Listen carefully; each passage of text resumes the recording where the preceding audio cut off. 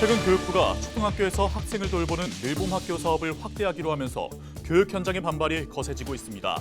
교사들의 목소리와 충남교육청의 대책을 차례로 전해드립니다. 당진시가 인구정책 비전 선포식을 열고 30만 자족도시 실현을 목표로 내걸었습니다. 이를 실현하기 위한 방안으로 일자리 창출과 교육의 질 향상, 의료 서비스 확대를 제시했습니다.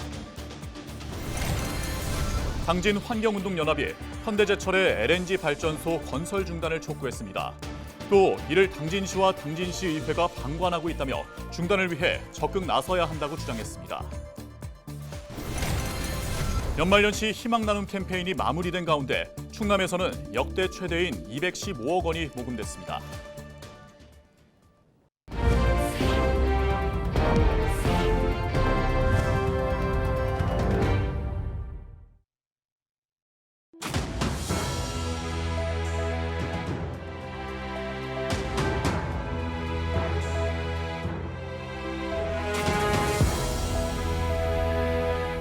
시청자 여러분 안녕하십니까? 헬로티비 충남 뉴스입니다. 일하는 부모들은 학교 수업이 끝난 아이들을 누가 돌볼지에 대한 걱정이 큽니다. 이에 따라 정부가 아침 7시부터 밤 8시까지 초등학생을 돌보는 늘봄학교 사업을 확대하기로 했는데요. 하지만 교육 현장에선 인력 부족 등을 이유로 반대하고 있습니다. 정호석 기자의 보도입니다. 최근 교육부가 늘봄학교 사업을 확대하기로 발표했습니다. 늘봄학교는 정규 수업 전후로 휴식과 식사 등 그동안 교육으로 보지 않았던 활동을 운영하겠다는 겁니다. 대상은 초등학교 1학년. 충남 지역에선 올해 1학기 115개 학교가 늘봄학교 운영을 시작하는데 2학기에는 모든 초등학교에서 전면 실시됩니다. 이어오는 2026년부터는 초등학교 전학년으로 확대됩니다. 하지만 교사들은 우려의 목소리를 나타내고 있습니다. 이미 교육 현장은 인력이 없어 교사들이 맡고 있는 업무가 많은 상황인데 늘봄 업무까지 맡게 될 경우 과부하에 걸릴 수 있다고 강조했습니다. 또 기간제 교사 투입 예고에 대해 기간제 교사 구하기도 쉽지 않다며 해결책이 아니라고 말했습니다. 기간제도 교사이기 때문에 기간제가 없을 경우에는 교사들에게 업무로 고스란히 넘어올 가능성이 있습니다. 네, 인력 문제는 반드시 풀어야 될 문제입니다. 뿐만 아니라 교사들은 늘봄 수업을 진행할 공간도 부족하다고 지적합니다. 특히 천안과 아산의 경우 전국에서 제일 높은 과밀학급 지역인 상황. 정규 수업을 진행할 공간도 없는데 늘봄 수업을 위한 별도의 공간을 만들기 어렵다는 겁니다. 영어실, 음악실, 미술실 이런 특별실들이 다 사라지고 학년 연구실도 없고 늘봄 지원실이 생기면 또 하나의 교실이 이제 사라지는 그런 문제점이 발생합니다. 충남교육청은 전국에서 유일하게 초등돌봄교실 선도학교 승진 가산점 제도를 운영하고 있습니다. 늘봄 수업을 담당하는 교사에게 승진 가산점을 부여하는 겁니다. 교사들은 해당 제도의 폐지를 주장하고 있습니다. 특정 업무에만 가산점을 주는 것이 교사들 사이의 갈등을 야기한다는 겁니다. 또 교사 본연의 업무가 아닌 보육 업무에 가산점을 줘서는 안 된다고 강조합니다. 교사의 업무는 학생 교육입니다. 그런데 교사의 고유 업무가 아닌 보육의 업무를 맡고 있으면서 가산점을 주는 것은 납득할 수가 없는 그런 정책입니다. 그래서 이 선도학교 돌봄 가산점 제도는 조속히 폐지되어야 합니다. 이들은 늘봄 관련 사업은 지방자치단체가 운영해야 한다고 주장하고 있습니다. 충남교육청은 교사들과 소통하며 업무 증가 문제와 승진 가산점 제도 등을 개선하겠다고 밝혔습니다. 헬로티비 뉴스 정호석입니다.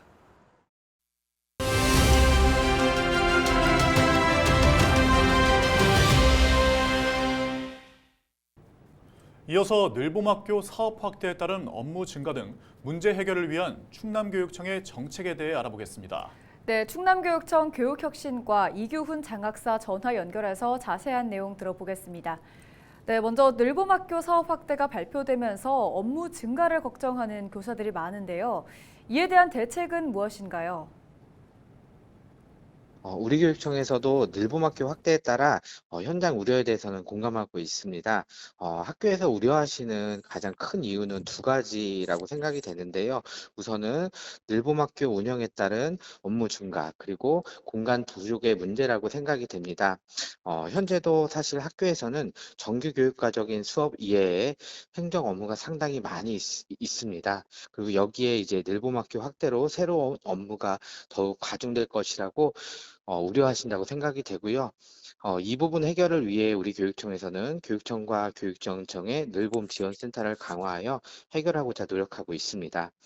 지난해 하반기에 늘봄 시범교육청 운영 기간에도 대학, 지역의 인적 물적 자원을 활용한 소프트웨어, 예술 등의 늘봄 프로그램 등을 교육지원청에서 전담하여 지원하였고요. 더욱이 올해 이제 교육부 1월 발표에 따르면 늘봄학교 업무를 교원과 분리하는 방향으로 정책을 추진하겠다고 발표를 했습니다. 우리 교육청 또한 이런 정책 방향에 따라 늘봄학교 업무를 교원과 분리하기 위해 정책 협의체를 구성하여 논의해 나가려고 하고 있습니다.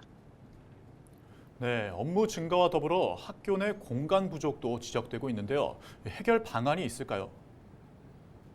네, 공간도 역시 큰 문제라고 생각이 되는데요. 대도시 지역의 과대 과밀 학교는 정규 수업을 하기 위한 공간도 사실 부족한 상황이거든요. 학급당 정원이 적정 인원보다 훨씬 많은 학생이 한 교실에서 현재도 생활을 하고 있습니다. 이런 상황에서 학교 안에서 늘봄 교실을 운영하기에는 어려움이 따를 수가 있어서요. 우리 교육청에서는 지난해부터 지역과 연계하여 마을 학교, 아파트 커뮤니티 공간에 저녁 5시부터 7시까지 프로그램을 지원하는 사업, 혹은 충청남도와 우리 교육청이 함께 운영하는 온종일 마을 방과 후 돌봄 사업 등을 추진하였습니다. 올해에도 지속적으로 지역과 연계하여 주민자치센터, 아파트 커뮤니티 공간 등을 활용한 지역 늘봄 교실을 확대하고요. 학교 공간의 부족의 어려움을 지역과 함께 해결해 보는 방안으로 추진하고 있습니다. 네, 승진 가산점에 대한 비판도 잇따르고 있는데요. 개선 방안이 있을까요? 네, 승진 가산점은 이제 돌봄 가산점이라고 하는데요. 약 10년 전에 이제 주 5일제가 시행이 되면서 토요 돌봄이 학교에서 실시되게 되었습니다. 이에 따라서 교원의 업무가 늘어났고요. 이에 따른 보상 차원에서 이제 마련이 되고 시행이 되어 왔습니다. 승진 가산점은 희망하는 교원에게는 사실은 인사상 이익을 주는 측면이 있거든요. 하지만 교원의 업무를 과중시킨다는 단점도 있는 것이 사실입니다. 이에 우리 교육청에서는 교육부의 늘봄학교 전면 시행 정책에 따라 교원 업무 분리 방안으로 승진 가산점 제도에 대해 다시 한번 검토할 생각입니다. 네, 여기까지 듣겠습니다. 이규훈 장학사와 함께 늘봄학교 사업 확대에 따른 정책관에서 살펴봤습니다.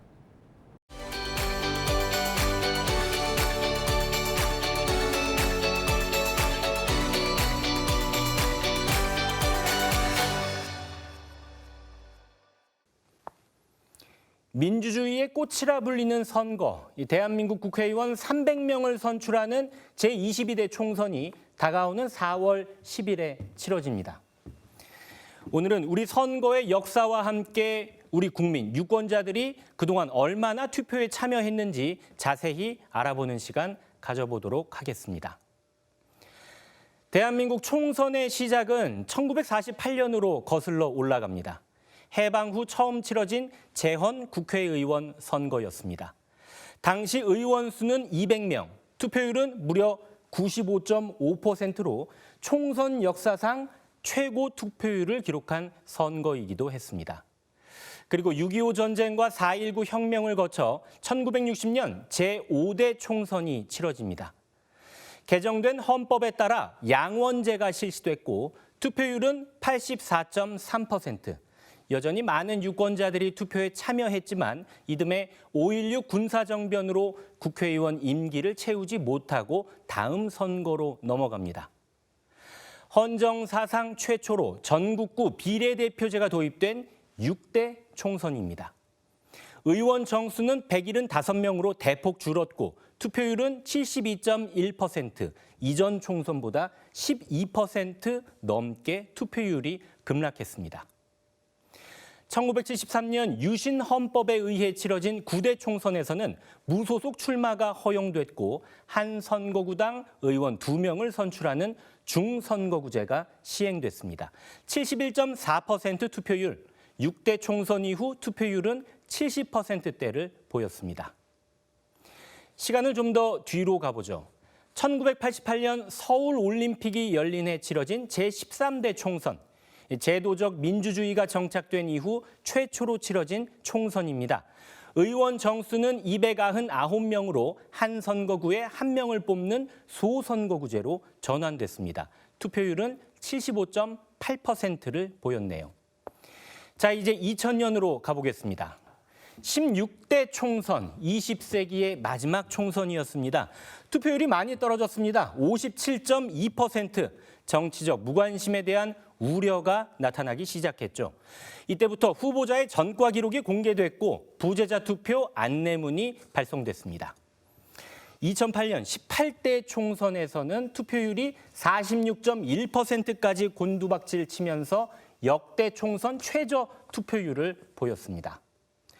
19대에 들어서는 국회의원 300인 시대가 개막했고 총선에서 첫 사전투표가 도입된 20대 선거를 거쳐 21대 총선에서는 만 18세 이상 국민에게 선거권이 주어집니다.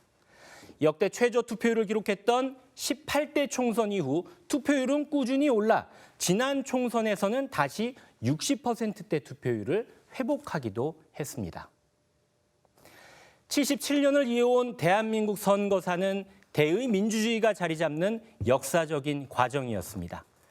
아름다운 선거를 통해 미래를 그려나가는 힘은 여전히 우리 유권자들의 선택에 달려 있습니다.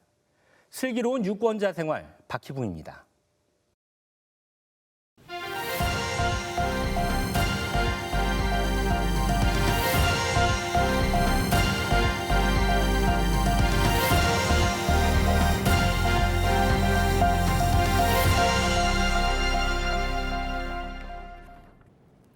당진시가 1일 시청 대강당에서 인구정책 비전 선포식을 열었습니다.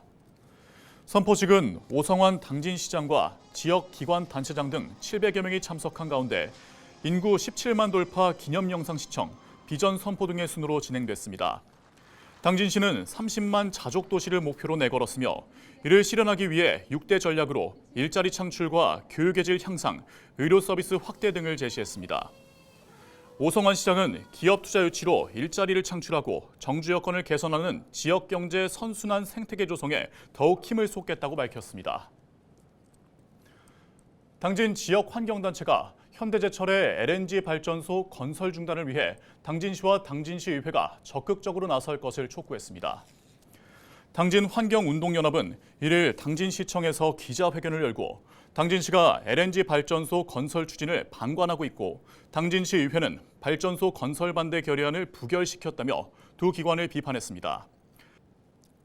당진 환경운동연합은 현대제철이 건설하는 발전소는 자가발전 설비로 분류돼 주변 지역 지원금과 지역 자원시설세가 전혀 없고 발전소 가동으로 인한 피해만 보게 될 거라고 주장했습니다. 현대제철은 당진 제철소 안에 자가 LNG 발전소를 건설할 계획이며 최근 주변 지역 마을에서 사전 설명회를 진행한 것으로 전해졌습니다. 탄소 중립 추진에 커다란 장애물이 될 현대제철 LNG 발전소 건설 추진을 방관하는 당진시와 당진시의회를 강력히 규탄하며 지금이라도 현대제철 LNG 발전소 건설을 막는 데 적극 나설 것을 촉구한다. 충남 지역의 사랑의 온도탑 모금액이 역대 최대를 기록했습니다. 충남도는 올해 희망 나눔 캠페인을 벌인 결과 목표액보다 약 14억 원 많은 215억 1천여만 원을 모았다고 밝혔습니다. 이에 따라 사랑의 온도 107도를 달성했다고 밝혔습니다. 이번 캠페인으로 모인 성금은 지역 저소득층을 지원하는 데 쓰입니다. 사랑의 온도탑은 목표액의 1%가 모일 때마다 온도가 1도씩 올라갑니다. 충청권이 서천 화재 피해 복구 지원을 위한 온정을 모았습니다. 대전시는 1일 충남도청에서 화재 복구 지원 성금 3천만 원을 충남도에 전달했습니다. 전달식에는 김태흠 충남지사와 이장우 대전시장, 관계 공무원 등이 참석했습니다. 이날 충북도도 성금 1천만 원을 희망브릿지 전국재해구호협회에 전달했습니다. 서산 동부시장에서 국내산 농축산물을 구매하면 온누리 상품권으로 환급받을 수 있습니다. 당일 구매 금액에 따라 최대 2만 원을 환급받을 수 있고 구매 영수증을 상인복지센터에 보여주면 됩니다. 농림축산식품부가 주최한 이번 행사는 오는 3일부터 엿새 동안 진행되며 행사에 참여한 점포는 모두 60곳입니다. 이상으로 뉴스를 마칩니다. 함께해 주신 여러분 고맙습니다.